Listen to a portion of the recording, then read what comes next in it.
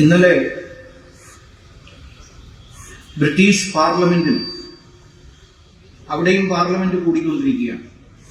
നമ്മുടെ നാട്ടിലെ പാർലമെന്റ് പോലെ തന്നെ അവിടെ ടോറി പാർട്ടിയുടെ, കൺസർവേറ്റീവ് പാർട്ടിയുടെ, അതായത് പ്രതിപക്ഷ കക്ഷിയുടെ പ്രധാനപ്പെട്ട നേതാക്കളിൽ ഒരാളായ ബോബ് ബ്ലാക്ക്മാൻ ചർച്ചയിൽ ഇടപെട്ടുകൊണ്ട് അതിശക്തമായ ഒരു ആവശ്യം ഉന്നയിച്ചു. ബംഗ്ലാദേശിൽ നടന്നുകൊണ്ടിരിക്കുന്ന ക്രൂരമായ ഹിന്ദു വേട്ടയ്ക്കെതിരായി ഒരു ഉത്തരവാദിത്തപ്പെട്ട രാഷ്ട്രമെന്ന നിലയിൽ നാം എന്ത് ചെയ്തു എന്ന് ബന്ധപ്പെട്ട മന്ത്രി ഉത്തരം നൽകണം. ബ്ലാക്ക്മാനെ സംബന്ധിച്ചിടത്തോളം ഹിന്ദുക്കളാണ്, ബംഗ്ലാദേശിലെ മറ്റ് മതന്യൂനപക്ഷങ്ങളാണ് അക്രമത്തിനിരയായിക്കൊണ്ടിരിക്കുന്നത് എന്ന് പറയാൻ അല്പവും സംശയമുണ്ടായില്ല. അദ്ദേഹത്തിന്റെ ഇടപെടലിൽ ഒരു തരത്തിലും വാക്കുകൾ ലഘൂകരിക്കാതെ അദ്ദേഹം പറഞ്ഞു, ഇസ്കോന്റെ ആരാധ്യനായ സ്വാമി ചിന്മയ കൃഷ്ണദാസ്, വേറെയും 3 സന്യാസിമാർ അകാരണമായി അറസ്റ്റ് ചെയ്യപ്പെട്ടിരിക്കുന്നു. അവരുടെ കേസ് കോടതിയിൽ പറയാൻ പോലും ഒരു വക്കീലിനെയും അനുവദിക്കാത്ത സാഹചര്യം അവിടെയുണ്ട്. പുതിയ ഗവൺമെന്റ് എന്ന് പറയുന്ന സാധനം ബംഗ്ലാദേശിൽ അധികാരത്തിൽ വന്നതിന് ശേഷം ഒരു വിചിത്രമായ ഒന്നായതുകൊണ്ടാണ് ഞാൻ സാധനം എന്ന് പറഞ്ഞത്. ബംഗ്ലാദേശ് ഗവൺമെന്റിന്റെ മുഖ്യ ഉപദേശകനാണത്രേ മുഹമ്മദ് യൂനുസ് എന്ന് പറയുന്ന വ്യക്തി. അയാൾ ആരെയാണ് ഉപദേശിക്കുന്നതെന്ന് എനിക്കറിയില്ല. സാധാരണ ഉപദേശിക്കുകയാണെങ്കിൽ കാര്യം നടത്താൻ വേണ്ടി ആരെങ്കിലും ഉണ്ടാവണം. അദ്ദേഹത്തെ വേണമെങ്കിൽ ഏറ്റവും മിതമായ ഭാഷയിൽ പറഞ്ഞാൽ, അവിടെ ഭരണം ഇപ്പോൾ നടത്തിക്കൊണ്ടിരിക്കുന്ന മതവർഗീയന്മാരായ ജമാഅത്തെ ഇസ്ലാമിയുടെയും ഹിസ്ബുത് തഹ്രീറിന്റെയും ഭീകരന്മാരായ പട്ടാള മേധാവികളുടെയും പ്രൈവറ്റ് സെക്രട്ടറി ആണെന്ന് വേണമെങ്കിൽ പറയാം. അങ്ങനെയുള്ള വിചിത്രമായ സംവിധാനം നിലവിൽ വന്നതിന് ശേഷം ബ്ലാക്ക്മാൻ പറയുന്നു, 2000-നും 3000-നും ഇടയിൽ റിപ്പോർട്ട് ചെയ്യപ്പെട്ട ന്യൂനപക്ഷ വേട്ടയുടെ സംഭവങ്ങൾ ഉണ്ടായിരിക്കുന്നു. എന്താണ് ബ്രിട്ടന് പറയാനുള്ളത് എന്ന് ചോദിച്ചു. ഇത് ടോറി പാർട്ടി അല്ലെങ്കിൽ കൺസർവേറ്റീവ് പാർട്ടി മാത്രമല്ല, ഭരണകക്ഷിയിൽപ്പെട്ട ലേബർ പാർട്ടിയുടെ നേതാവും ഇടപെട്ടുകൊണ്ട് മാനുഷികമായ വലിയ കൊടിയ അപരാധമാണ് ബംഗ്ലാദേശിൽ നടക്കുന്നത്, അതിനെതിരായി ബന്ധപ്പെട്ട മന്ത്രി ഇടപെട്ട് ഉത്തരം നൽകണം എന്നാവശ്യപ്പെടുകയും അതിന്റെ ചുമതല വഹിക്കുന്ന ശ്രീമതി കദറിൻ മന്ത്രി സജീവ പരിഗണനയിലുള്ളതാണ്, മുൻഗണനയനുസരിച്ച് ഏറ്റവും ഉന്നതമായ സ്ഥാനം കൊടുത്ത് ഞങ്ങൾ ഇടപെട്ടുകൊണ്ടിരിക്കുകയാണ്. ഇടപെട്ടുന്നോ ഇല്ലയോ എന്നുള്ളതൊക്കെ വേറെ വിഷയം. പക്ഷെ ഞാനിതിവിടെ സൂചിപ്പിക്കാനുള്ള കാരണം, വിദേശങ്ങളിലെ പാർലമെന്റിൽ പോലും, പല പാർലമെന്റുകളിൽ പോലും ഈ വിഷയം ചർച്ച ചെയ്യാൻ അവിടുത്തെ പ്രതിപക്ഷ കക്ഷികൾ മുന്നോട്ട് വരുമ്പോൾ, നമ്മുടെ പാർലമെന്റിൽ എന്താണ് ഇന്നലെ നടന്നത്, മിനിഞ്ഞാന്ന് നടന്നത്? അവിടെ ഹിൻഡൻബർഗ് റിസർച്ച് എന്ന് പറയുന്ന ഒരു തട്ടിപ്പ് കമ്പനിയുടെ റിപ്പോർട്ടിന്റെ അടിസ്ഥാനത്തിൽ പാർലമെന്റിനെ സ്തംഭിപ്പിക്കുന്ന പ്രവർത്തനമാണ്. ഹിൻഡൻബർഗ് റിസർച്ച് ടീമിന് ഈ ബംഗ്ലാദേശിലെ കൊടിയ അക്രമങ്ങളുടെ സ്ഥാനമുണ്ട്, പിന്നിൽ സ്ഥാനമുണ്ട്. കാരണം അമേരിക്ക കേന്ദ്രീകരിച്ച് പ്രവർത്തിക്കുന്നതായ മറ്റു പല ജനാധിപത്യ സമൂഹങ്ങളെയും അട്ടിമറിക്കാൻ വേണ്ടി നടത്തുന്ന പ്രവർത്തനങ്ങളുടെ ഒരു ഓമനപ്പേരുണ്ടല്ലോ, ഡീപ് സ്റ്റേറ്റ്. ആ ഡീപ് സ്റ്റേറ്റിലെ സഹചാരിയാണ്, സജീവ പങ്കാളിത്തമുള്ള ഗ്രൂപ്പാണ് ഹിൻഡൻബർഗ് ഗ്രൂപ്പ്. ആ ഗ്രൂപ്പ് നടത്തിയ കള്ള അന്വേഷണത്തിന്റെ, റിസർച്ചിന്റെ വിവരങ്ങളെ ഉയർത്തിപ്പിടിച്ചുകൊണ്ട് നമ്മുടെ നാടിന്റെ പ്രതിപക്ഷം പാർലമെന്റിനെ സ്തംഭിപ്പിക്കാൻ ശ്രമിക്കുകയും ഏറ്റവും അടുത്തു വന്ന റിപ്പോർട്ടിന്റെ പിന്നിൽ പോലും ഉദ്ദേശം ബംഗ്ലാദേശിൽ നടക്കുന്നതായി കൊടിയ ന്യൂനപക്ഷ വേട്ട ചർച്ച ചെയ്യപ്പെടരുത് എന്ന് തന്നെയായിരുന്നു. അതിനനുസരിച്ച് തുള്ളുന്ന ഒരു പ്രതിപക്ഷം. ഞാൻ ഇത്തരം ഒരു യോഗത്തിൽ രാഷ്ട്രീയം പറയണം എന്ന് വിചാരിച്ചു വന്ന ആളല്ല. പക്ഷേ വസ്തുത പറയാതിരിക്കാൻ പറ്റാത്തൊരു സാഹചര്യത്തിലേക്ക് നമ്മൾ എത്തുകയാണ്. നമ്മൾ ഭാരതത്തിന് പുറത്തുള്ള ഏതോ ഒരു രാഷ്ട്രത്തിൽ നടക്കുന്ന ഈ പ്രശ്നങ്ങളിൽ അവിടെയുള്ള ആളുകളെ കുറ്റം പറയുന്നതിന് മുമ്പ് നമ്മുടെ നാട്ടിലെ രാഷ്ട്രീയ പ്രസ്ഥാനങ്ങൾ ഏതൊരു നിലപാടാണ് ഈ വിഷയത്തിൽ എടുക്കുന്നത് എന്ന് പരിശോധിക്കേണ്ടതാണ്. അതുകൊണ്ടാണ് ഈ വിവരം തുടക്കത്തിൽ തന്നെ പറഞ്ഞത്. ഇവിടുത്തെ പ്രതിപക്ഷത്തിന് അങ്ങനെ പെരുമാറാനേ കഴിയുള്ളൂ. കാരണം ബംഗ്ലാദേശിൽ നിന്ന് ഒഴുകിപ്പരക്കുന്ന ചുടുചോരയുടെ ഉത്തരവാദിത്വത്തിൽ നിന്ന് ഒഴിഞ്ഞു മാറാൻ ഭാരതത്തിലെ ഈ മതേതര രാഷ്ട്രീയ പ്രസ്ഥാനങ്ങൾക്ക് കഴിയില്ല. അതാണ് വസ്തുത. ജൂലൈ മാസം മുതൽ തുടങ്ങിയ കൊടിയ ആക്രമണ പരമ്പര അതൊരു വലിയ ആവർത്തനമാണ്, ഭീകരമായ ഒരു ആവർത്തനമാണ്. അത് 2024 ജൂലൈയിൽ തുടങ്ങിയതല്ല, അല്ലെങ്കിൽ ജൂണിലെ അവിടെ നടന്ന രാഷ്ട്രീയ മാറ്റത്തെ തുടർന്ന് ആരംഭിച്ചതല്ല. നേരത്തെ പൂജ്യ സ്വാമിജി സൂചിപ്പിച്ചതുപോലെ 946 ഓഗസ്റ്റ് 16 ഇസ്ലാമിക ഭീകര പ്രസ്ഥാനം മുസ്ലിം ലീഗ് 946 മുസ്ലിം ലീഗ് പ്രഖ്യാപിച്ച ഡയറക്റ്റ് ആക്ഷൻ, മുഹമ്മദ് അലി ജിന്ന മുഴുവൻ ഭാരതത്തിലും പ്രഖ്യാപിച്ച ആ ആക്ഷൻ ഏറ്റവും കൂടുതൽ ഭീകരമായി നടന്നത് ധാക്കയെ കേന്ദ്രീകരിച്ചുകൊണ്ടാണ്, കൊൽക്കത്തയെ കേന്ദ്രീകരിച്ചുകൊണ്ടാണ്, ചിറ്റഗോങ്ങിനെ കേന്ദ്രീകരിച്ചുകൊണ്ടാണ്.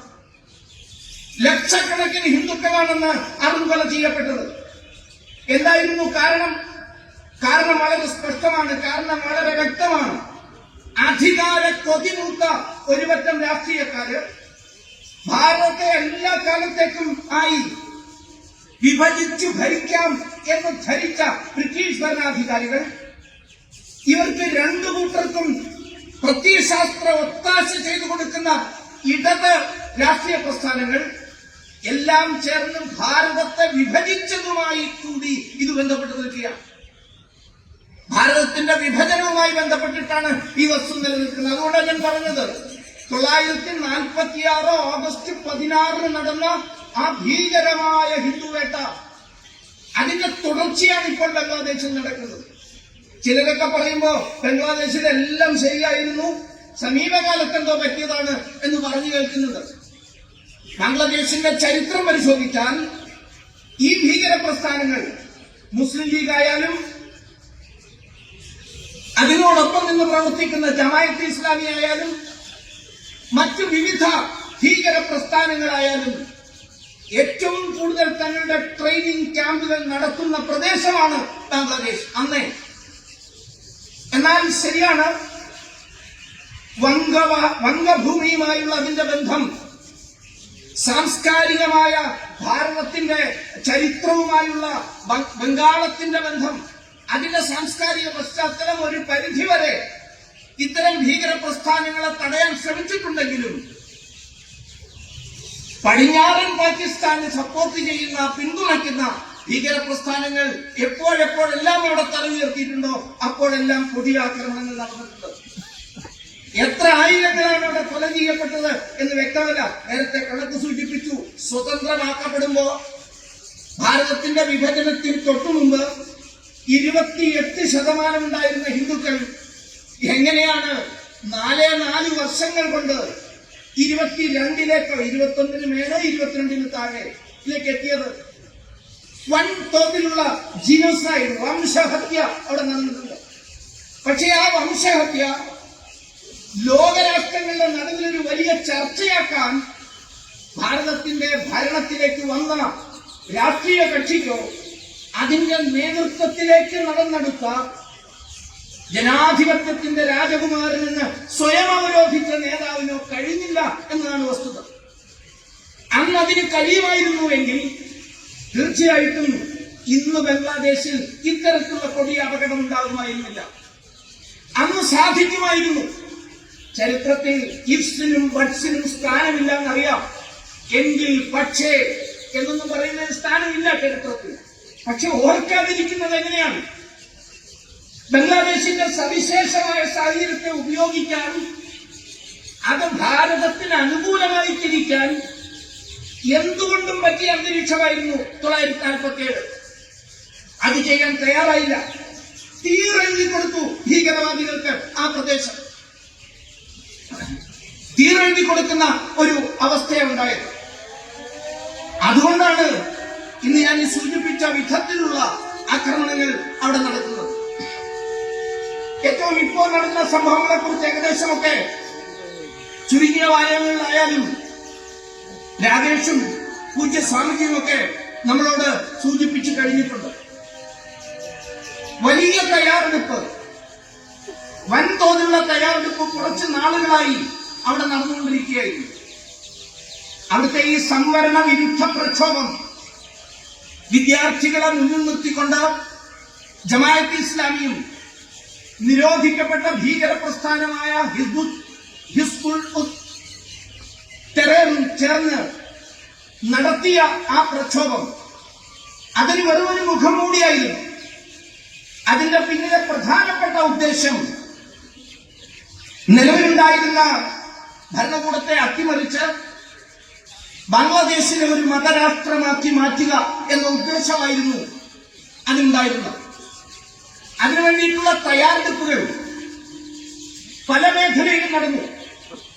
ഏറ്റവും പ്രധാനമായിട്ടുള്ളത് ഞാൻ നേരത്തെ സൂചിപ്പിച്ച ഡീപ് സ്റ്റേറ്റിന്റെ പ്രവർത്തനം, അതിനോട് ബന്ധപ്പെട്ട് ഉള്ള ഒരു വലിയ ഇസ്ലാമിക മതഭീകരതയോട് ചേർന്ന് നിൽക്കുന്നവരുടെ ഒരു വലിയ ഇക്കോസിസ്റ്റത്തെ തയ്യാറാക്കിയെടുക്കുന്ന പ്രവർത്തനം. ഒരു സംഘടനയുടെ പേര് ഞാനിവിടെ സൂചിപ്പിക്കാൻ ആഗ്രഹിക്കുകയാണ്. അനേകം NGOs, അനേകം സംഘടനകൾ ഈ കാര്യത്തിൽ പ്രവർത്തിച്ചിട്ടുണ്ട്. ഏറ്റവും പ്രധാനപ്പെട്ട ഒന്നിനെ കുറിച്ച് മാത്രം, നാഷണൽ എൻഡോമെന്റ് ഫോർ ഡെമോക്രസി എന്ന് പറയുന്നതായ ഒരു NGO, അതിന്റെ ഒരു ഉപഘടകം എന്ന നിലയിൽ പ്രവർത്തിക്കുന്ന സൗത്ത് ഏഷ്യൻ പെർസ്പെക്റ്റീവ് SAP, ഈ SAPയും NEDയും നാഷണൽ എൻഡോമെന്റ് ഫോർ ഡെമോക്രസിയും സൗത്ത് ഏഷ്യൻ പെർസ്പെക്റ്റീവും നടത്തിയ പ്രധാനപ്പെട്ട തയ്യാറെടുപ്പ് ഇത് ഭാരതത്തിലും പ്രസക്തമാണ്, ഭാരതീയരും കരുതിയിരിക്കേണ്ടതാണ്.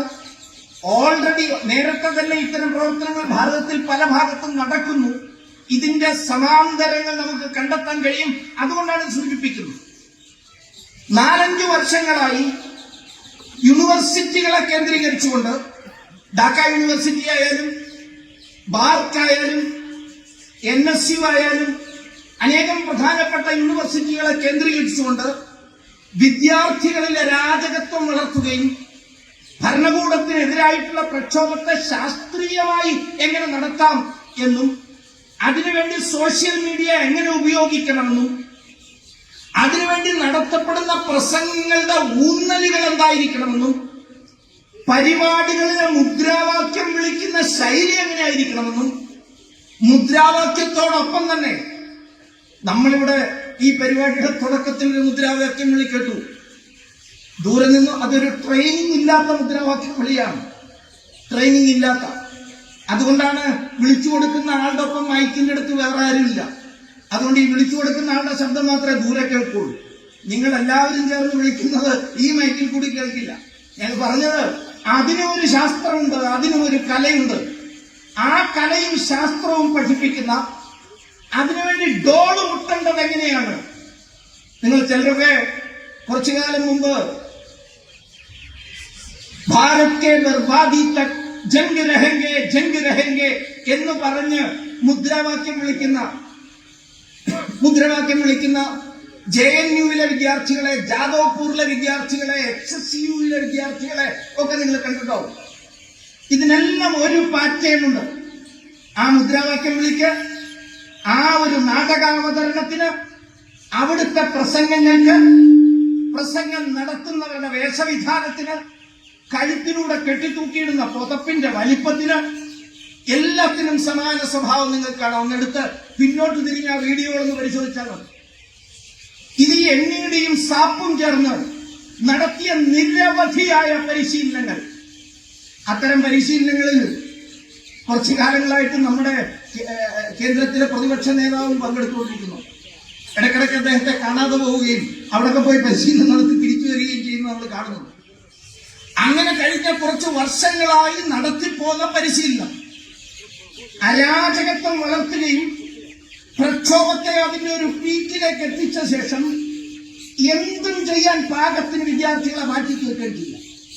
അതിനിടയിലേക്ക് കുറച്ചു മാത്രം മിസ്ക്രിയൻസ്, കുറച്ചു മാത്രം കുഴപ്പക്കാർ, ബാക്കി സാധാരണ ജനം കുഴപ്പം ചെയ്തുകൊള്ളും. അതാണ് അതിന്റെ സൈക്കോളജി, അതിന്റെ മനഃശാസ്ത്രം.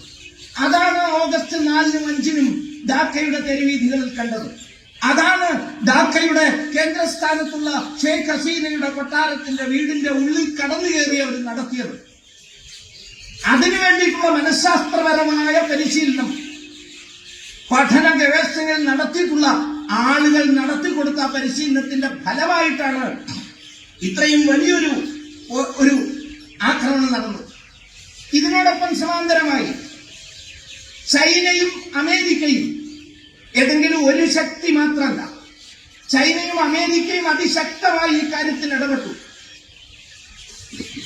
ഡൊണാൾഡ് ലൂ, ചില പേരുകൾ ഓർക്കാൻ വേണ്ടിയിട്ടെങ്കിലും നമ്മൾ ഒന്ന് പറയേണ്ടത് ആവശ്യമാണെന്ന് ഞാൻ കരുതുകയാണ്. ഡൊണാൾഡ് ലൂവിന്റെ പേര് നിങ്ങൾ ഈ അന്താരാഷ്ട്ര പൊളിറ്റിക്സിൽ കേട്ടിട്ടുണ്ടാവും. പാകിസ്ഥാനിലെ ഇമ്രാൻഖാനെ അട്ടിമറിക്കാൻ വേണ്ടിയിട്ട് പ്രത്യേകം നിയോഗിക്കപ്പെട്ട ഡൊണാൾഡ് ലൂ. ആ ഡൊണാൾഡ് ലൂ അവിടുത്തെ ഒരു അസിസ്റ്റന്റ് സെക്രട്ടറിയാണ് അമേരിക്കയിലെ. അദ്ദേഹം പലവട്ടം ധാക്ക സന്ദർശിക്കുകയും അവാമി ലീഗ് നേതാക്കന്മാരെയും ജമാഅത്തെ ഇസ്ലാമിയുടെ നേതാക്കന്മാരെയും അപ്പോൾ നിരോധിക്കപ്പെട്ടിരുന്ന ടെററിന്റെ നേതാക്കന്മാരെയും പ്രത്യേകമായി കണ്ട് നടത്തിയ ചർച്ചകൾ ഇതിന്റെ മുന്നിൽ പ്രവർത്തിച്ചിട്ടുണ്ട് എന്ന് മനസ്സിലാക്കാം. ഞാൻ വളരെ കൂടുതൽ ഇതിന്റെ ഓരോ ടൈം ലൈനും പറയുന്നില്ല. അതേപോലെ തന്നെ ഇന്നും ഇന്നലെയും മിനിഞ്ഞാന്നുമായി നിങ്ങൾ ദേശീയ പത്രങ്ങളിൽ ചിലത്, ദേശീയ മാധ്യമങ്ങളിൽ ചിലത് നോക്കിയാൽ, നേരത്തെ സ്വാമിജി പറഞ്ഞതുപോലെ കേരളത്തിലെ മാധ്യമങ്ങൾ നോക്കിയാൽ ഇത് കാണാൻ കഴിയില്ല, വലിയ പ്രയാസമാണ്. അതിൽ കാണാം ധാക്ക കേന്ദ്രീകരിച്ച് പ്രവർത്തിക്കുന്ന ബാംഗ്ലാദേശിലെ ജമാഅത്ത് ഇസ്ലാമിയുടെയും ടെററിന്റെ മേലുള്ള നിരോധനം ഇപ്പോൾ പിൻവലിച്ചു കഴിഞ്ഞിരിക്കുന്നു. അവരിപ്പോൾ ഉള്ളത് ബീജിംഗിലാണ്, അവിടെ ചർച്ചയിൽ ഏർപ്പെട്ടുകൊണ്ടിരിക്കുക. ഈ രണ്ട് വൻശക്തികൾക്കും ബാംഗ്ലാദേശിൽ പ്രത്യേക താല്പര്യമുണ്ട്. ആ താല്പര്യത്തിന്റെ കാരണം എന്താ? ആ കാരണം കൂടി മനസ്സിലാക്കിക്കൊണ്ടാണ് ഭാരതമെമ്പാടും ഇത്തരം പ്രതിഷേധം നമ്മൾ നടത്തുന്നത്. ആ താല്പര്യത്തിന്റെ കാരണം ഭാരതത്തിന്റെ ശക്തിപ്പെടലാണ്.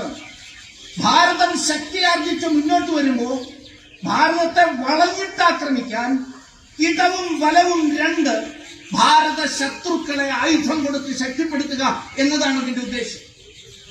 പാകിസ്ഥാൻ നേരത്തെ തന്നെ നമുക്കെതിരായി നിൽക്കുകയാണ്. ഈ രണ്ടു കൂട്ടർക്കും ഭാരതത്തിന് നേരെ സാമ്പത്തികമായ ആക്രമണമായാലും സൈനികമായ ആക്രമണമായാലും ജനാധിപത്യ അട്ടിമറിക്ക് വേണ്ടിയുള്ള പ്രവർത്തനം നടത്താനുള്ള ഒത്താശ പാകിസ്ഥാന്റെ ഭാഗത്തുനിന്നുണ്ടാകുന്നു. എന്നാൽ ബംഗ്ലാദേശിന്റെ ഭാഗത്തുനിന്ന് കഴിഞ്ഞ കുറച്ച് നാളുകളായി 4 ടേമായി ഷെയ്ഖ് ഹസീന ഭരിക്കുമ്പോൾ, ഞാൻ പറയുന്നില്ല ഷെയ്ഖ് ഹസീന എല്ലായ്പ്പോഴും ഭാരതത്തെ പിന്തുണച്ചു എന്നൊന്നും ഞാൻ പറയുന്നില്ല. പക്ഷെ ജനാധിപത്യ വ്യവസ്ഥയിലും അല്പമൊക്കെ മതേതര സംവിധാനത്തിലും വിശ്വാസമുള്ള ഭരണാധികാരി തന്നെയായിരുന്നു ഷെയ്ഖ് ഹസീന. അതുകൊണ്ട് തന്നെ അമേരിക്കയുടെ കള്ളക്കളിയെയും അമേരിക്കയ്ക്ക് സെയിന്റ് മാർട്ടിൻ ദ്വീപിന്റെ മേലുള്ള കണ്ണിനെ ഷെയ്ഖ് ഹസീന അതിശക്തമായി എതിർത്തു. എന്റെ കൊക്കിൽ ജീവനുള്ളിടത്തോളം കാലം ബാംഗ്ലാദേശിൽ മറ്റു രാഷ്ട്രങ്ങൾക്ക് വിരുദ്ധമായ ഒരു കേന്ദ്രം പണിയാൻ അനുവദിക്കില്ല എന്നവർ പ്രഖ്യാപിച്ചു. ഇത് അമേരിക്കയ്ക്ക് വളരെ വൻതോതിലുള്ള വലിയ തോതിലുള്ള പ്രശ്നങ്ങൾക്ക് കാരണമായി. ക്ലിന്റൺ ഫൗണ്ടേഷനും ഫോർഡ് ഫൗണ്ടേഷനും ഇവരൊക്കെ ഇത്തരം പ്രവർത്തനങ്ങൾക്ക് വൻതോതിൽ കോടിക്കണക്കിന് ഡോളർ ചെലവഴിക്കാൻ തയ്യാറായി നിൽക്കുകയാണ്. അവര് ഗ്രാമീണ ബാങ്ക്, ബംഗ്ലാദേശിലെ ഗ്രാമീണ ബാങ്ക്, ഇത് നമ്മൾ കേട്ടിട്ടുണ്ട്. ഈ ഗ്രാമീണ ബാങ്കിനും ഈ മുഹമ്മദ് യൂനൂസിനും കൂടിയിട്ടാണ് നോബൽ പ്രൈസ് കിട്ടിയത്. നോബൽ പ്രൈസ് എന്തിനാ? സാമ്പത്തിക ശാസ്ത്രത്തിനാണോ? അല്ല, ഫിസിക്സിനാണോ? കെമിസ്ട്രിക്കാണോ? സമാധാനത്തിന്. ലോക സമാധാനത്തിന് മുഹമ്മദ് യൂനൂസ് നടത്തിയ സംഭാവനയ്ക്ക് നോബൽ പ്രൈസ് കിട്ടി. ഗ്രാമീണ ബാങ്കിന്റെ സ്ഥാപകൻ എന്ന നിലയിൽ സ്ഥാപകനും അവാർഡ് കിട്ടി. ഇത്തരം സമ്മേളനങ്ങളിലൂടെ പറഞ്ഞു വരുന്നതിന്റെ ഒപ്പം നിൽക്കുന്ന വിഷയം അല്ലെങ്കിലും അവസാനം പറയാൻ നിന്നാൽ ഒരുപക്ഷെ വിട്ടുപോയെങ്കിലും എന്ന് വിചാരിച്ചാൽ ഇപ്പൊ പറയുകയാണ്. ഇത്തരം സമ്മേളനങ്ങളിലൂടെ അതിശക്തമായി നോബൽ കമ്മിറ്റിയുടെ മുമ്പാകെ ഒരു ആവശ്യം ഭാരതം ഉയർത്തേണ്ടതാണ്. സമാധാനത്തിന്റെ പേരിൽ കൊടുത്തിരിക്കുന്ന ആ നോബൽ സമ്മാനം ഈ നരാധമനായ മനുഷ്യ കൊലയാളിയിൽ നിന്ന് തിരിച്ചെടുക്കണം എന്ന് ആവശ്യപ്പെടുകയാണ്. അതിന് വകുപ്പുണ്ടോ നിന്നുണ്ടോ എന്നൊക്കെയുള്ളത് രണ്ടാമത്തെ കാര്യം. കാരണം അത്രയേറെ ആളുകൾ കൊല ചെയ്യപ്പെട്ട് കഴിഞ്ഞിരിക്കുക. ഈ ഗ്രാമീണ ബാങ്കിന് അവിടെ അന്തഛിദ്രം വളർത്താൻ, സാമ്പത്തിക ആക്രമണം നടത്താൻ കോടികളുടെ സംഭാവനയാണ് ഫോർഡ് ഫൗണ്ടേഷനും അതേപോലെ തന്നെ ക്ലിന്റൺ ഫൗണ്ടേഷനും. ഹിലാരി ക്ലിന്റൺ വലിയ തോതിൽ തന്നെ ഇത്തരം പ്രവർത്തനങ്ങളിൽ ഏർപ്പെട്ടിരുന്നു. അതിനുശേഷം ബൈഡൻ സർക്കാരും വൻതോതിലുള്ള പ്രവർത്തനങ്ങളിൽ ഏർപ്പെട്ടു. വേറെ പ്രധാനപ്പെട്ട ശക്തി നേരത്തെ ഞാൻ സൂചിപ്പിച്ചു കഴിഞ്ഞതാണ്, അവാമി ലീഗ്. അവിടുത്തെ ചെറുകിട ബിസിനസ്സുകാര് സാമ്പത്തിക ശക്തികളുടെ ഒരു പിണിയാളെന്ന നിലയിൽ അവാമി ലീഗിന്റെ പ്രവർത്തനം, ജമാഅത്തെ ഇസ്ലാമി ബ്യൂറോക്രാറ്റ്സിന്റെ ഇടയിലുള്ള ജമാഅത്തെ ഇസ്ലാമിയുടെ ശക്തി, പലവട്ടം ആവർത്തിച്ച തരാറിന്റെ പ്രവർത്തനം, ഭീകര പ്രസ്ഥാനവും, ഒരു വലിയ ഖിലാഫത്ത് ആയിട്ട് മാറണം, ബംഗ്ലാദേശ് കേന്ദ്രീകരിച്ചുകൊണ്ട് ലോകത്ത് ഇസ്ലാമിക ഭരണം വരണം എന്ന ആവശ്യം. ഈ മൂന്ന് ശക്തികളും ഇത്തരം വിദേശ ശക്തികളും ഒക്കെ ചേർന്ന് നടത്തിയ ഒരു വലിയ ഗൂഢാലോചനയുടെ ഫലമെന്ന നിലയ്ക്കാണ് ഇപ്പോൾ ഈ കൊടിയ ആക്രമണങ്ങൾ അവിടെ നടന്നുകൊണ്ടിരിക്കുന്നു. ഞാൻ സൂചിപ്പിച്ചു, ഭാരതത്തിലെ രാഷ്ട്രീയ പ്രസ്ഥാനങ്ങൾ, ആ രാഷ്ട്രീയ പ്രസ്ഥാനങ്ങൾക്കും ഈ അക്രമങ്ങളിൽ അല്ലെങ്കിൽ ആ അക്രമങ്ങളോട് പുലർത്തുന്ന മൗനം കൊണ്ട് അതിൽ പങ്കുണ്ട് എന്ന കാര്യത്തിൽ യാതൊരു സംശയവുമില്ല. ഒരു പേര് ഞാനിവിടെ പറയാൻ ആഗ്രഹിക്കുകയാണ്, താരിഖ് റഹ്മാൻ. ഈ താരിഖ് റഹ്മാൻ BNPയുടെ ബംഗ്ലാദേശ് നാഷണൽ പാർട്ടിയുടെ ഇപ്പോഴത്തെ ആക്ടിംഗ് ചെയർമാനാണ്. കൊടിയ ഭീകരവാദിയാണ്. ആ താരിഖ് റഹ്മാൻ ജയിലിനുള്ളിലായിരുന്നു. പിന്നീട് ലണ്ടനിൽ പോയി അവിടെ കേന്ദ്രീകരിച്ചുകൊണ്ട് പ്രവർത്തിക്കുകയായിരുന്നു. അദ്ദേഹത്തിന്റെ നേതൃത്വത്തിലാണ് സമീപകാലത്ത് കഴിഞ്ഞ 1.5 വർഷങ്ങൾക്കിടയിൽ ഇന്ത്യ ഔട്ട് എന്ന് പറയുന്നതായ ഒരു വലിയ ക്യാമ്പയിൻ ബംഗ്ലാദേശിൽ ആരംഭിച്ചു. ഇന്ത്യ ഔട്ട്, ഇന്ത്യ പുറത്തു പോകണം എന്നതാണ് ആവശ്യം. ഈ ഇന്ത്യ ഔട്ട് ക്യാമ്പയിൻ മാലദ്വീപ് മാതൃകയിൽ നടത്തണമെന്നാണ് താരിഖ് റഹ്മാൻ. മാലദ്വീപിനെ പറ്റി അവരുടെ എന്താണെന്നുള്ളത് നമുക്ക് എല്ലാവർക്കും അറിയാം. മാലദ്വീപ് ഭാരതത്തിനെതിരായി നടത്തിയ ക്യാമ്പയിൻ, ഭാരതത്തിനെതിരായി നടത്തിയ ആ ക്യാമ്പയിൻ എങ്ങനെ തിരിച്ചടിച്ചു എന്നൊക്കെ ഉള്ളതറിയാം. പക്ഷേ താരിഖ് റഹ്മാൻ നടത്തിയ ഈ ബീഗം ഖാലിദയുടെ മകനുമാണ് താരിഖ് റഹ്മാൻ. പക്ഷേ ഈ റഹ്മാന്റെ പേര് ഞാനിവിടെ ഉദ്ധരിക്കാനുള്ള കാരണം, ഭാരതത്തിന്റെ പ്രതിപക്ഷ നേതാവ് എന്നൊക്കെ പദത്തിലിരിക്കുന്ന അദ്ദേഹം ലണ്ടനിൽ വെച്ച് ഈ വർഷം ആദ്യം താരിഖ് റഹ്മാനുമായി ഒരു ക്ലോസ്ഡ് റൂം ചർച്ച ദീർഘനേരത്തേക്ക് നടത്തി. എന്തിനാണ് നടത്തിയത് എന്നറിയില്ല. കാരണം ഈ റഹ്മാന്റെ ക്രെഡൻഷ്യൽസ്, ബാക്ക്ഗ്രൗണ്ട് എന്താണ്? പ്രധാനമായും ഇന്ത്യ ഔട്ട് ക്യാമ്പയിന്റെ നേതൃത്വം കൊടുക്കുന്ന ആളാണ് ഈ റഹ്മാൻ. എന്തിനായിരിക്കും ഭാരതത്തിന്റെ പ്രതിപക്ഷ നേതാവ് ആ വ്യക്തിയെ ലണ്ടനിൽ വെച്ച് സ്വകാര്യമായി കണ്ടു? ഇത് പത്രമാധ്യമങ്ങൾ റിപ്പോർട്ട് ചെയ്യുന്നതാണ്. റിപ്പോർട്ട് ചെയ്യുമ്പോൾ ബംഗ്ലാദേശിലുള്ള അവാമി ലീഗിന്റെ നേതാവിനെ, അതിന്റെ ആക്ടീവ് ചെയർമാനെ കണ്ടു എന്ന് മലയാള മനോരമയും മാതൃഭൂമിയും ഒക്കെ റിപ്പോർട്ട് ചെയ്യുന്നു. പക്ഷേ ഈ താരിഖ് റഹ്മാന്റെ പശ്ചാത്തലം എന്താ? അവിടെ നിലനിൽക്കുന്ന ഭരണകൂടത്തെ അട്ടിമറിക്കുകയോ ജനാധിപത്യ രീതിയിൽ തന്നെ മാറ്റി സ്വയം ഭരണത്തിൽ വരാനൊക്കെയുള്ള അവകാശം അദ്ദേഹത്തിനുണ്ട്. പക്ഷേ ഭീകരവാദികളെ മുന്നിൽ നിർത്തിക്കൊണ്ട് നടത്തുന്ന ഒരു വലിയ ആക്രമണത്തിന്, ഇന്ത്യ ഔട്ട് ക്യാമ്പയിൻ നടത്തുന്നതിന് മാലദ്വീപ് മോഡൽ ഇന്ത്യക്കെതിരായിട്ടുള്ള പ്രവർത്തനം നടത്തണമെന്ന് തുടർച്ചയായി വാദിക്കുന്ന ഈ ഭീകരവാദിയുമായി ഭാരതത്തിന്റെ പ്രതിപക്ഷ നേതാവിന് എന്താണ് ബന്ധം? ഇവിടെയാണ് ഞാൻ തുടക്കത്തിൽ സൂചിപ്പിച്ച പാർലമെന്റിൽ, ഇംഗ്ലീഷ് പാർലമെന്റിൽ പോലും ചർച്ച നടക്കുന്നു ബംഗ്ലാദേശിലെ കൂട്ടക്കൊലയെ കുറിച്ച്. പക്ഷേ ഭാരതത്തിലെ മതേതര പുരോഗമന പ്രതിപക്ഷ കക്ഷികൾ എന്ന് പറയുന്നവർക്ക് ഹിന്ദൻബർഗ് ഉണ്ടാക്കി കൊടുത്ത ഒരു കള്ള റിപ്പോർട്ടിന്റെ അടിസ്ഥാനത്തിൽ പാർലമെന്റിനെ ബഹിഷ്കരിക്കുകയും സ്തംഭിപ്പിക്കുകയുമാണ് ഈ സമയത്ത് പ്രധാനപ്പെട്ട ദൗത്യം. അതിന്റെ കാരണങ്ങളിലേക്ക് കടക്കുന്നു. വേറൊരു പ്രധാനപ്പെട്ട വ്യക്തിയെ കുറിച്ച് കൂടി ഇവിടെ സൂചിപ്പിക്കേണ്ടതുണ്ട്. National Endowment for Democracy NED അതിന്റെ ഒരു സഹോദര പ്രസ്ഥാനം പോലെ നടത്തുന്ന ഡീപ് സ്റ്റേറ്റിന്റെ വർക്ക് പ്രധാനമായി നടത്തുന്ന സൗത്ത് ഏഷ്യ പെർസ്പെക്റ്റീവ് ഉണ്ട്, SAP. അതിന്റെ 4 പ്രധാനപ്പെട്ട അംഗങ്ങൾ, എല്ലാവരുടെയും പേര് ഇത്തരം പൊതുയോഗത്തിൽ പറയുന്നത് കൊണ്ട് വലിയ അർത്ഥമൊന്നുമില്ല. വില്യം മെലാൻ, ജോൺ ഡെലോവസ്, മുസ്ഫിഖുൽ ഫസൽ അൻസാരി. ആ പേര് പ്രത്യേകമായി പറയണം. ഈ മുസ്ഫിഖുൽ ഫസൽ അൻസാരി ആണ് ഡൽഹിയിലെ മുഖ്യമന്ത്രി അരവിന്ദ് കെജ്രിവാൾ അഴിമതി കേസിൽ അറസ്റ്റ് ചെയ്യപ്പെട്ടപ്പോൾ ആ കേസ് ഐക്യരാഷ്ട്രസഭയിൽ ഉയർത്തിയ വ്യക്തിയാണ് മുസ്ഫിഖുൽ ഫസൽ അൻസാരി. ആ അൻസാരി സാപ്പിലെ പ്രധാനപ്പെട്ട മെമ്പറാണ്. അദ്ദേഹത്തിന് നേരത്തെ പറഞ്ഞതുപോലെ ഏറ്റവും കൂടുതൽ അദ്ദേഹം എഴുതാറുള്ളത് വയർ എന്ന സുപ്രസിദ്ധമായ ഭാരത വിരുദ്ധ മാധ്യമത്തിലാണ്. ഏറ്റവും കൂടുതൽ ഭാരതത്തിനെതിരായിട്ട് ഇപ്പൊ ബസ്താർ ഇഷ്യൂ ഒക്കെ നടക്കുമ്പോൾ, നക്സൽ ഇഷ്യൂ ഒക്കെ നടക്കുമ്പോൾ വയറിൽ ഏറ്റവും കൂടുതൽ എഴുതുന്ന ആളാണ്. അരവിന്ദ് കെജ്രിവാളുമായിട്ട് മാത്രമല്ല, ഇദ്ദേഹത്തിന് ഭാരതത്തിന്റെ പ്രതിപക്ഷ കക്ഷി നേതാക്കളുമായിട്ടും വളരെ അടുത്ത ബന്ധമുള്ള ആളാണ്.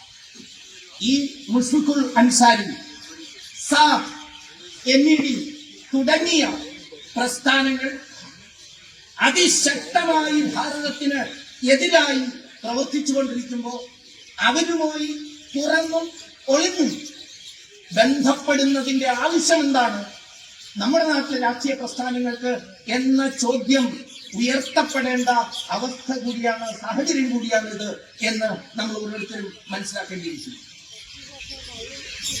ഇതിനോടകം ഞാൻ നേരത്തെ സൂചിപ്പിച്ചതുപോലെ 2000 മുതൽ 3000 വരെ പുതിയ ക്രൂര സംഭവങ്ങൾ ഓഗസ്റ്റ് 4 മുതൽ ഇന്ന് ഡിസംബർ 1 വരെ അവിടെ സംഭവിച്ചു കഴിഞ്ഞിരിക്കുകയാണ്. സർക്കാർ കണക്കുകൾ അനുസരിച്ച് 400-ൽ പരം, സർക്കാർ കണക്കാണ്, അത് എത്രയോ ഇരട്ടിയായിരിക്കും കൊലപാതകങ്ങൾ. 400-ൽ പരം ആളുകൾ കൊല ചെയ്യപ്പെട്ടിരിക്കുന്നു. കൊല ചെയ്യുന്ന രീതിയൊക്കെ നേരത്തെ സ്വാമിജി പറഞ്ഞു. പശുവിനെ അടിച്ചടിച്ചടിച്ച് കൊന്ന് ആ മരണത്തിൽ നിന്ന് കേൾക്കുന്ന നാദത്തിൽ ഒരു ഉന്മാദം കൊണ്ടുകൊണ്ട് അലറി നടക്കുന്ന ജിഹാദി ഭീകരന്മാർ അതേ മട്ടിലാണ് മനുഷ്യരെയും ആ കൈക്കോട്ടിന്റെ പുറം കൊണ്ടുവരെ അടിച്ചടിച്ചു കൊല്ലുന്നത്. നടന്നുകൊണ്ടിരിക്കുകയാണ്. 1.25 ലക്ഷം ഹിന്ദുക്കളാണ് പ്രധാനപ്പെട്ട നഗരങ്ങളിൽ നിന്ന് പുറന്തള്ളപ്പെട്ടിട്ടുള്ളത്. 1.25 ലക്ഷം ആളുകൾ. അവിടുത്തെ ഹിന്ദുക്കളും പ്രധാനപ്പെട്ട ന്യൂനപക്ഷ മതവിഭാഗങ്ങളും ജോലി ചെയ്തിരുന്നത് സർക്കാർ സ്ഥാപനങ്ങളിലെ, സ്കൂളുകളിലെ അധ്യാപകരൊക്കെ ആയിട്ടാണ്. ഇന്ന് കിട്ടിയ ഒരു കണക്ക് പ്രകാരം 1500 ഹിന്ദു അധ്യാപകരാണ് ബലാൽ രാജിവെക്കപ്പെട്ടിട്ടുള്ളത്. ബലാൽ പിടിച്ചു നിർത്തി രാജിവെപ്പിച്ചിട്ടുള്ളത്. അവർക്കിന്ന് ജോലിയില്ല, കഴിഞ്ഞുകൂടാനുള്ള പൈസ ഇല്ലാത്ത അവസ്ഥയാണ്. ഇതാണ് അവിടെ ഇപ്പോഴത്തെ ഏറ്റവും പ്രധാനപ്പെട്ട സാഹചര്യം. കഴിഞ്ഞതിന്റെ അങ്ങേമാസം ഒക്ടോബർ 1 ഢാക്ക യൂണിവേഴ്സിറ്റിയിലെ വളരെ പ്രസിദ്ധമായ ഢാക്ക യൂണിവേഴ്സിറ്റിയിലെ ഒരു പ്രധാനപ്പെട്ട ഒരു ഐക്കോണിക് സെന്ററാണ് മധുർ ക്യാൻറ്റീൻ. എന്റെ പേര് തന്നെ മധുർ ക്യാൻറ്റീൻ എന്നാണ്. ആ മധുർ ക്യാൻറ്റീൻ മധുസൂദൻ ഡേ എന്ന് പറയുന്നതായ 71-ലെ ബംഗ്ലാദേശ് മുക്തി മുക്തിയുടെ സമരം നടത്തുമ്പോ ബംഗ്ലാദേശിന് വേണ്ടി ജീവൻ ബലിയർപ്പിച്ച ഒരു ധീരനായ ഹിന്ദു നേതാവ് മധുസൂദൻ ദേ. മധുസൂദൻ ദയുടെ അച്ഛൻ സ്ഥാപിച്ചതാണ് ഢാക്ക യൂണിവേഴ്സിറ്റിയിലെ ആ ക്യാൻറ്റീൻ. ആ ക്യാൻറ്റീൻ 1921 മുതൽ പ്രവർത്തിക്കുന്നത്. അതുകൊണ്ടാണ് ഞാൻ പറഞ്ഞത്, ഢാക്ക യൂണിവേഴ്സിറ്റിയിലൊക്കെ പോയിട്ടുള്ള ആൾക്കാർക്ക് പ്രത്യേകമായി അറിയുന്നതാണ് അവിടുത്തെ ഒരു പ്രധാനപ്പെട്ട കേന്ദ്രമാണ് ഈ മധുർ ക്യാൻറ്റീൻ. ആ മധുർ ക്യാൻറ്റീന്റെ ഉള്ളിൽ ഒരു പശുവിനെ കൊണ്ടുവന്നു. ഈ ടെററിസ്റ്റ് ഗ്രൂപ്പിൽപ്പെട്ട ആളുകൾ ഒരു വിഭാഗം കൊണ്ടുവന്നു എന്നത് വസ്തുത. കൊന്ന ബീഫ് ഹിന്ദുക്കളെ തീറ്റിക്കാൻ ശ്രമിച്ചു എന്നതാണ് ഒരു വാർത്ത ഇന്ന് സമൂഹ മാധ്യമങ്ങളിൽ നിലനിൽക്കുന്നത്. കൊണ്ടുവന്നു എന്നതും ബീഫ് വേണം മധുർ ക്യാൻറ്റീനിൽ എന്ന ആവശ്യം ഉന്നയിച്ചു എന്നതിന് തെളിവ് കൃത്യമായിട്ടുണ്ട്. എന്തുകൊണ്ടാണ് ഈ മധുർ ക്യാൻറ്റീൻ തെരഞ്ഞെടുത്തത്? അത് ബംഗ്ലാദേശിന്റെ മുക്തിക്ക് വേണ്ടി ജീവൻ ബലിയർപ്പിച്ച ഒരു ഹിന്ദു നേതാവിന്റെ പേരിൽ നടക്കുന്ന സ്ഥാപനമാണ്. അതുകൊണ്ടാണ് ആ സ്ഥാനം തെരഞ്ഞെടുത്തത്. ഗോഹത്യ നടത്തുന്നതിന് വേണ്ടി ഇതിൽ പരം പറ്റിയ സ്ഥലം കിട്ടാനില്ല എന്ന് നിശ്ചയിച്ചുകൊണ്ട് ഒരു സന്ദേശം നൽകുന്നതിന് വേണ്ടിയിട്ടാണ് ശ്രമിച്ചത്. ഞാനിത് പറയുന്നത് കണ്ണൂരിൽ നിന്നിട്ടാണ്.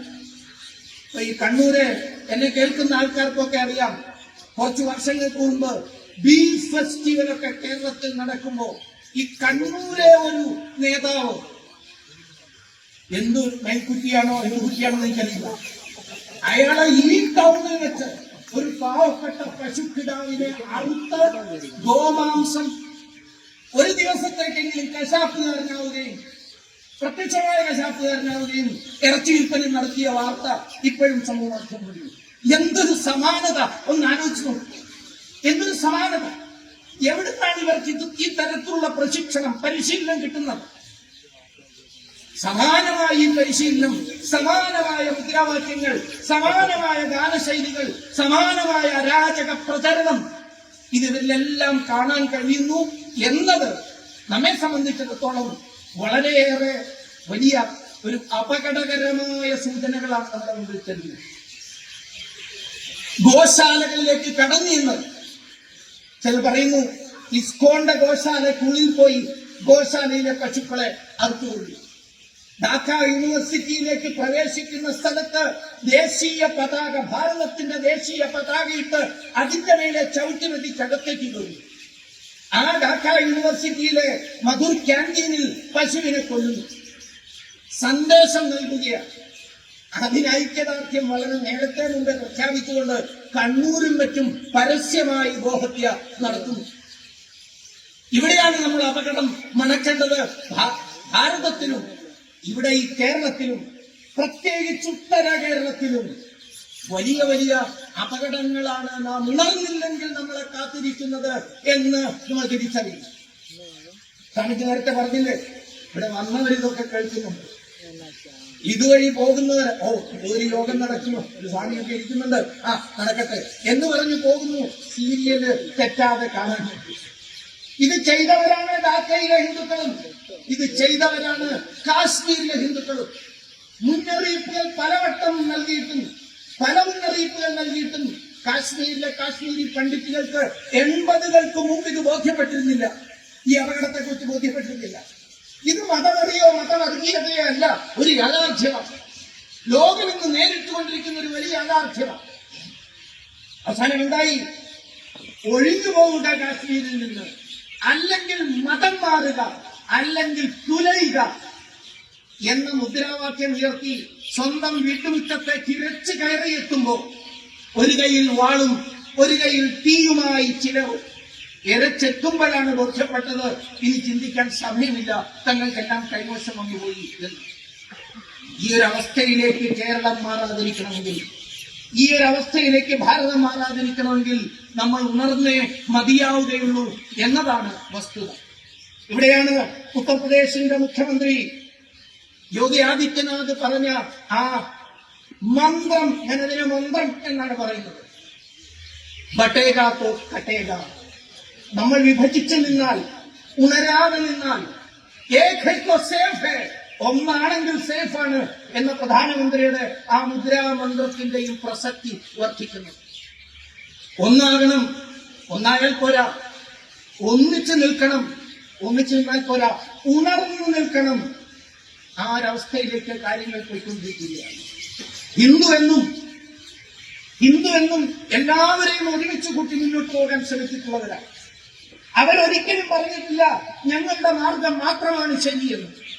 എവിടെയും വാദിച്ച് ജയിക്കാൻ ശ്രമിച്ചിട്ടുമില്ല. പകരം ഹിന്ദു എന്നും പറഞ്ഞിട്ടുള്ളത് ഏകം സദഃവിപ്രാഹ ബഹുധാവദന്തി എന്നാണ്. ഒന്നാണ് പരമസത്യം, ഈശ്വര സാക്ഷാത്കാരം. ആ ഈശ്വര സാക്ഷാത്കാരത്തിന് ഓരോ ബുദ്ധജനവും ഓരോ ബുദ്ധിമാനായ ശ്രേഷ്ഠ ഋഷിയും പല പല മാർഗങ്ങൾ പറയുന്നു. ആ ഓരോ മാർഗത്തിലൂടെയും രണ്ടും വണ്ണം സമർപ്പിത ചേതസായി തപസ്സനുഷ്ഠിച്ചാൽ അങ്ങെത്താം. ആകാശാൽ പതിതം തോയം യഥാ ഗച്ഛതി സാഗരം സർവദേവ നമസ്കാരം കേശവം പ്രതിഗച്ഛതി. ആകാശത്തിൽ നിന്ന് ജലം മഴയുടെ രൂപത്തിൽ, മഴത്തുള്ളിയുടെ രൂപത്തിൽ പലയിടത്തു നിന്നും പെയ്ത് താഴേക്ക് വീഴുന്നു. അത് പലയിടത്തും ശേഖരിച്ച അരുവികളായി, വന്നരുവികളായി, നദികളായി, മഹാനദങ്ങളായി പല വഴിയിലൂടെയും ഒഴുകും. വളഞ്ഞൊഴുകാം, നേരെ ഒഴുകാം, ഒന്ന് ചുറ്റി ഒഴുകാം. പക്ഷെ ഏതുവഴിയൊക്കെ ഒഴുകിയാലും കേശവം പ്രതിഗച്ഛതി, അതെത്തിച്ചേരുക അവസാനം ഒരു ഈശ്വരന്റെ കൃപാദത്തിലേക്കാണ് എന്ന് പറയുന്ന ലോകത്തിലെ ഏറ്റവും ലിബറൽ ആയിട്ടുള്ള ധർമ്മമാണ് ഹിന്ദുവിന്റെ. ഏറ്റവും ലിബറൽ. മറ്റെല്ലാ ദർശനങ്ങളും മറ്റെല്ലാ പൊളിറ്റിക്കൽ വാദഗതികളും പരാജയപ്പെടുമ്പോഴും വിജയിച്ചു നിൽക്കുന്നത് ഒരൊറ്റ ദർശനമാണ്. അതീം ഞാൻ ഈ പറഞ്ഞ ലിബറലിസത്തിന്റെ, യഥാർത്ഥ ലിബറലിസത്തിന്റെ. യഥാർത്ഥ ലിബറലിസം ഇതല്ലെങ്കിൽ പിന്നെ എന്താണ്? ആസാദി ആസാദി എന്ന് പറഞ്ഞ് മുദ്രാവാക്യം വിളിക്കുന്നവരും ശഠിക്കുന്നത് എന്ത് പറഞ്ഞിട്ടാണ്? ഞങ്ങളുടെ മാർഗത്തിലൂടെ വന്നാൽ ആസാദി, ഞങ്ങളുടെ വഴിയിലൂടെ വന്നാൽ ആസാദി, ഞങ്ങളുടെ പ്രവാചകൻ മാത്രം പ്രവാചകൻ, ഞങ്ങളുടെ ദൈവം ഒന്ന്, പരമകാരുണികൻ ഒന്ന്. ഇത് ഹിന്ദു ഒരിക്കലും പറഞ്ഞിട്ടില്ല. ഹിന്ദു എത്രയോ കോടാനുകോടി വർഷങ്ങൾക്ക് മുമ്പേ ലോകത്തിന് കൊടുത്ത സന്ദേശം അത് ഏത് മാർഗവും വേണ്ടും വണ്ണം ആചരിച്ചാൽ അതൊക്കെയും ശരിയാണ്. ഹിന്ദു ഒരിക്കലും ഒരാളോടും പറഞ്ഞിട്ടില്ല ഈ ഗ്രന്ഥം മാത്രം വായിച്ച് നീ മുന്നോട്ട് വരൂ, എന്നാൽ മാത്രമേ നീ ഈശ്വരന് സ്വീകരിക്കാൻ കഴിയുള്ളൂ, ഈശ്വരനാൽ സ്വീകരിക്കപ്പെടുന്ന വ്യക്തിയാവുള്ളൂ എന്ന് പറഞ്ഞിട്ടില്ല. ഞാൻ ഒരുക്കുന്ന ഈ കെട്ടിടത്തിന്റെ ഉള്ളിൽ വന്ന് പ്രാർത്ഥിച്ചാലേ നിനക്ക് മുക്തി കിട്ടൂ പറഞ്ഞില്ല. നീ വേറെ ഏതെങ്കിലും ഒരു കെട്ടിടത്തിലാണ് പോകുന്നെങ്കിൽ നീ പാപിയാണെന്നോ, നീ കാഫിറാണെന്നോ, നീ വധാർഹനാണെന്നോ നമ്മൾ പറഞ്ഞിട്ടില്ല. വർഗശത്രുവാണെന്നോ നമ്മൾ പറഞ്ഞിട്ടില്ല. ഇവിടെയാണ് ഞാൻ പറഞ്ഞത്, ലോകം ഇന്ന് കാത്തിരിക്കുന്നതായ യഥാർത്ഥ ലിബറലിസത്തെയാണ്. അതാണ് ഹിന്ദുത്വം, അതാണ് ഹിന്ദു ദർശനം. എല്ലാറ്റിനെയും ഉൾക്കൊള്ളുന്ന, മതത്തിനുമൊക്കെ അപ്പുറത്തുള്ള യഥാർത്ഥമായ ഒരു ആധ്യാത്മികത, അതാണ് ഹിന്ദുവിന്റെ. അതാണ് ഹിന്ദു ആചാര്യന്മാര് ബാംഗ്ലാദേശിലെ ഭീകരന്മാരോടും പറയാൻ ശ്രമിക്കുന്നു. 971 കഥ ഞാൻ പറഞ്ഞു. ഡയറക്ടേഴ്സിനെ തുടർന്ന് ആയിരക്കണക്കിന്, പതിനായിരക്കണക്കിന് ഹിന്ദുക്കൾ കൂട്ടക്കൊല ചെയ്യപ്പെട്ട ആ പ്രദേശത്തും ഹിന്ദു ആചാര്യന്മാർ, അത് ഇസ്കോന്റെ നേതൃത്വത്തിലായാലും അല്ലെങ്കിൽ മഠത്തിന്റെ, രാമകൃഷ്ണമഠത്തിന്റെ നേതൃത്വത്തിലുള്ളതായാലും എല്ലാ ഹിന്ദുക്കളും, ഹിന്ദു ആചാര്യന്മാരും ഈ വസ്തുത ഇപ്പോഴും അത് തന്നെയാണ് പറഞ്ഞുകൊണ്ടിരുന്നത്. ഈ ആക്രമണം, കൊടി ആക്രമണം നടക്കുന്നതിന് 1 വർഷം മുമ്പ് പോലും ഇസ്കോന്റെ ആശ്രമത്തിൽ മതം നോക്കാതെ സർവർക്കും കൊറോണയുടെ കാലത്ത് അവിടെ പ്രളയം നടന്നപ്പോ എല്ലാവിധ സുഖ സൗകര്യങ്ങളും ചെയ്തു കൊടുക്കുകയാണ്. അവർക്കെതിരായിട്ടാണ് ഈ ആക്രമണം നടക്കുന്നത് എന്ന് ആലോചിക്കണം. അവർക്കെതിരായിട്ടാണ്. അവിടെയാണ് ഞാൻ സൂചിപ്പിച്ചത്, നമ്മൾ ലിബറലാണ്, തർക്കമില്ല. പക്ഷേ ആ ലിബറലിസം നിലനിൽക്കണമെങ്കിൽ നമ്മൾ ഒരുമിച്ച് നിന്നാലേ മുന്നോട്ട് പോകാൻ കഴിയുള്ളൂ. എല്ലാത്തിനെയും സ്വീകരിക്കുന്ന ഈ സനാതന ദർശനം നിലനിൽക്കണമെങ്കിൽ ഒരുമിച്ച് നിന്നാലേ നമുക്കത് സാധിക്കൂ. ആരെയും മേലെ അടിച്ചേൽപ്പിക്കാനോ ആരെയും തർക്കിച്ച് പരാജയപ്പെടുത്താനോ അല്ല. ലോകം നിലനിൽക്കാൻ വേണ്ടിയിട്ടാണ് ഈ വസ്തുത നമ്മൾ ലോകത്തിന് മുമ്പാകെ പറയുന്നത്. ഈ പ്രതിഷേധ യോഗം പോലും ഹിന്ദുത്വ ദർശനം അത് നിലനിൽക്കാൻ ഹിന്ദുക്കൾ നിലനിന്നേ പറ്റുള്ളൂ എന്ന് പറയുമ്പോഴും ഇത് ലോകത്തിന് വേണ്ടിയിട്ടുള്ള ഒരു ആഹ്വാനം കൂടിയാണ്. ഇത് തിരിച്ചറിയാൻ ലോകരാഷ്ട്ര സമൂഹങ്ങൾ സന്നദ്ധരാകണം.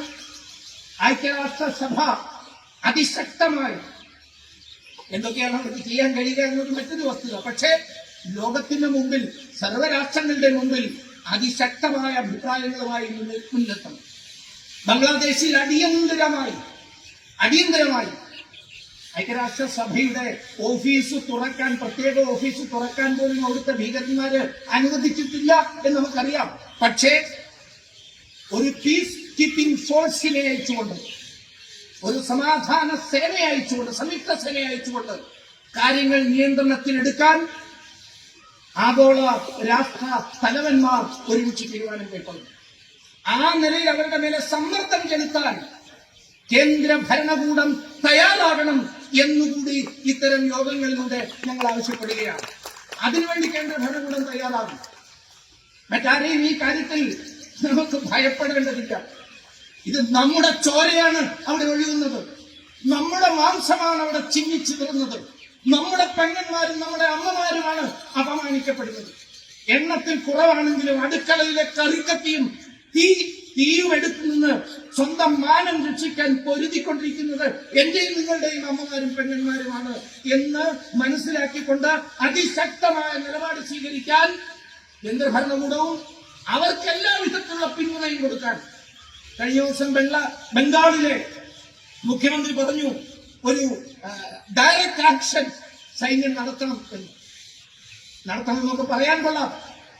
പക്ഷേ അങ്ങനെ എന്തെങ്കിലും നടത്താൻ കേന്ദ്ര സർക്കാർ പുറപ്പെട്ടാൽ ഇവിടുത്തെ എല്ലാ പ്രതിപക്ഷ കക്ഷികൾ പിന്തുണയ്ക്കുമോ എന്ന് നോക്കിയിട്ടല്ല കേന്ദ്ര സർക്കാർ എന്തെങ്കിലും ഒരു തീരുമാനമെടുക്കുന്നത്. പക്ഷെ നമ്മുടെ ഒരു ജനാധിപത്യ ഭരണവ്യവസ്ഥയുള്ള ഇടമാണ്. അതുകൊണ്ട് ആവശ്യപ്പെടുന്നു, അതിശക്തമായ എല്ലാ പ്രതിപക്ഷ കക്ഷികളും ഈ കാര്യത്തിൽ കേന്ദ്ര ഗവൺമെന്റിനോടൊപ്പം നിന്നുകൊണ്ട് നമ്മുടെ സഹോദരങ്ങളെ രക്ഷിക്കാൻ, അതുവഴി ഈ ദർശനത്തെ രക്ഷിക്കാൻ. ലോകത്ത് ഏറ്റവും കൂടുതൽ ഹിന്ദു ജനസംഖ്യയുള്ള രാഷ്ട്രങ്ങളിൽ മൂന്നാമതിപ്പോഴും ബംഗ്ലാദേശാണ്. ഭാരതവും നേപ്പാളവും കഴിഞ്ഞാൽ ബംഗ്ലാദേശാണ്. പക്ഷെ എന്തൊന്നായിരുന്നു നേരത്തെ ഉണ്ടായിരുന്ന സ്ഥിതി എന്ന് ആലോചിച്ച് നോക്കാം. ഞാൻ 22% കണക്ക് പറഞ്ഞു. അവശേഷിക്കുന്ന 8% അല്ലെങ്കിൽ 7.95 എന്ന ഔദ്യോഗിക ജനസംഖ്യയെങ്കിലും സംരക്ഷിക്കപ്പെടണം. അതിനുവേണ്ടി ആവശ്യം ഉന്നയിക്കുവാൻ നമ്മുടെ ഇവിടുത്തെ എല്ലാ വിഭാഗം കക്ഷികളും ജനനേതാക്കന്മാരും മുന്നോട്ട് വരണം. അത് നമ്മുടെ എല്ലാവരുടെയും നിലനിൽപ്പിന് അനിവാര്യമാണ് എന്നുകൂടി പറയുകയാണ്. അവിടെ പൂജ്യ സ്വാമിജിക്ക് വേണ്ടി ഹാജരാകാൻ വക്കീലില്ല. ആരെങ്കിലും വക്കീൽ തയ്യാറാവുകയാണെങ്കിൽ ആ വക്കീലിനെ ഇല്ലാതെയാക്കുമെന്ന് കോടതിയുടെ മുന്നിൽ നിന്ന് പ്രഖ്യാപിക്കുക. ഇവിടെയുള്ള ചില രാഷ്ട്രീയ കക്ഷികൾ പറയുന്നത് ഭാരതത്തിലും ന്യൂനപക്ഷ പീഡനം നടക്കുന്നില്ല. ഏത് ലോകത്താണ് അവരൊക്കെ ജീവിക്കുന്നത്? ഇവിടെ കേരളത്തിലെ ഹൈക്കോടതിയുടെ മുമ്പിൽ ചെന്ന് നിന്നുകൊണ്ട് ഭീകരവാദികൾ ഇവിടുത്തെ ചില രാഷ്ട്രീയ കക്ഷികളുടെ പിന്തുണയോടുകൂടി ഹൈക്കോടതി ജസ്റ്റിസിനെ, ജഡ്ജിയെ നാട് കടത്തിയ നാടാണ് കേരളം. ഇവിടെ മദനിക്ക് വക്കീലിനെ കിട്ടുന്നില്ല, തടീന്റെ അവിടെ നസീറിന്റെ വക്കീലിനെ കിട്ടുന്നില്ല. എവിടെയാണ് കിട്ടാത്തത്? എന്നാൽ ഒരു ഭാഗവും ചെയ്യാത്ത ആകെ ഹിന്ദുക്കൾ ഒരുമിച്ച് നിൽക്കണമെന്നും അവരെ പീഡിപ്പിക്കരുതെന്നും പറഞ്ഞതിന്റെ പേരിൽ ഒരു പൂജ്യസ്വാമിയുടെ കേസ് വാദിക്കാൻ വക്കീലില്ലാത്ത അവസ്ഥ. ഇടപെടണം, അന്താരാഷ്ട്ര കോടതി ഈ വിഷയത്തിൽ ഇടപെടേണ്ടിയിരിക്കുന്നു. അതിനുവേണ്ടി ഉള്ള സമ്മർദ്ദങ്ങളും പൊതുജന സംഘടനകളും എല്ലാ വിഭാഗം ജനങ്ങളും ചേർന്ന് നടത്തണം എന്നുകൂടി ആവശ്യപ്പെട്ടുകൊണ്ട് നമ്മുടെ സഹോദരങ്ങളോട് നേരിട്ടുകൊണ്ടിരിക്കുന്ന ഈ ദുരിതങ്ങളിൽ നിന്ന് അവരെ രക്ഷിക്കുവാൻ വേണ്ടി കേവല പ്രാർത്ഥനകളോ കേവല പ്രതിഷേധ യോഗങ്ങളോ പോരാതെ വരാം. നാളെ തികഞ്ഞ ഉത്തരവാദിത്വ ബോധത്തോടെ ഞാൻ പറയുകയാണ്, പോരാതെ വരാം. അതാണ് ആസാമിലെ നമ്മുടെ ഹിന്ദു സഹോദരങ്ങൾ ചെയ്തത്. 1,00,000-ൽ പരം ഹിന്ദുക്കളാണ് അതിർത്തിക്ക് അപ്പുറത്തേക്ക് വേണ്ടി വന്നാൽ വരും എന്ന് പ്രഖ്യാപിച്ചുകൊണ്ട് അതിർത്തിയിലേക്ക് നീങ്ങിയത്. 1,00,000 മരിക്കാനാണെങ്കിൽ മരിക്കാൻ തയ്യാറാണ് ഞങ്ങളുടെ സഹോദരങ്ങൾക്ക് വേണ്ടിയിട്ട് എന്ന് പറയുന്നു. ബംഗ്ലാദേശിന്റെ സ്ഥിതിയൊക്കെ എല്ലാവർക്കും അറിയാവുന്നതാണ്. ദിവസങ്ങളായി ഇരുട്ടിലാണ് അവിടെ. ഈ കുറച്ചു കഴിഞ്ഞാൽ ആഹാരം കഴിക്കാൻ പോലും ഇല്ലാത്ത അവസ്ഥയിലേക്ക് അവിടെ ചെന്നുപെട്ടുപോകും. നമ്മുടെ ഇവിടുത്തെ ചില രാഷ്ട്രീയ കക്ഷികളും പത്രക്കാരും ഒക്കെ പറയുന്നത് ബംഗ്ലാദേശിനെ നോക്കി പഠിക്കാനാണ്, ഭാരതത്തിന്റെ സാമ്പത്തിക സ്ഥിതി മെച്ചപ്പെടുത്താൻ അവരെ നോക്കി പഠിക്കാനാണ്. പക്ഷേ ഭാരതത്തിൽ നിന്ന് സമയാസമയം എത്തിക്കൊണ്ടിരിക്കുന്ന കപ്പലുകളിലെ ഗോതമ്പില്ലെങ്കിൽ പട്ടിണിയെടുക്കും അവിടെ. അതാണ് അവസ്ഥ. അതുകൊണ്ടാണ് ഞാൻ പറഞ്ഞത്, തികഞ്ഞ ഉത്തരവാദിത്ത ബോധത്തോടെ പറയുകയാണ്. കേവലം പ്രാർത്ഥനാ സഭകളും കേവലം അപേക്ഷകളും പ്രതിപക്ഷ യോഗങ്ങളിലെ കണ്ടക്ഷോഭങ്ങളും കൊണ്ട് മാത്രം പ്രശ്നം പരിഹരിക്കപ്പെടുന്നില്ലെങ്കിൽ ഭാരതം ഒറ്റക്കെട്ടായി, ജനങ്ങൾ ഒറ്റക്കെട്ടായി, കോടാനുകോടി വരുന്ന ഇവിടുത്തെ ഹിന്ദുക്കൾ ബംഗ്ലാദേശിന്റെ പിന്നിൽ അണിനിരക്കാൻ സന്നദ്ധരാകും എന്ന് പ്രഖ്യാപിച്ചുകൊണ്ട് ഞാൻ എന്റെ വാക്കുകളുടെ അമ്മയുടെ ഭാരതാംബയുടെ തൃപ്പാദത്തിൽ സമർപ്പിച്ച് പിൻവാങ്ങുന്നു. വന്ദേ മാതരം.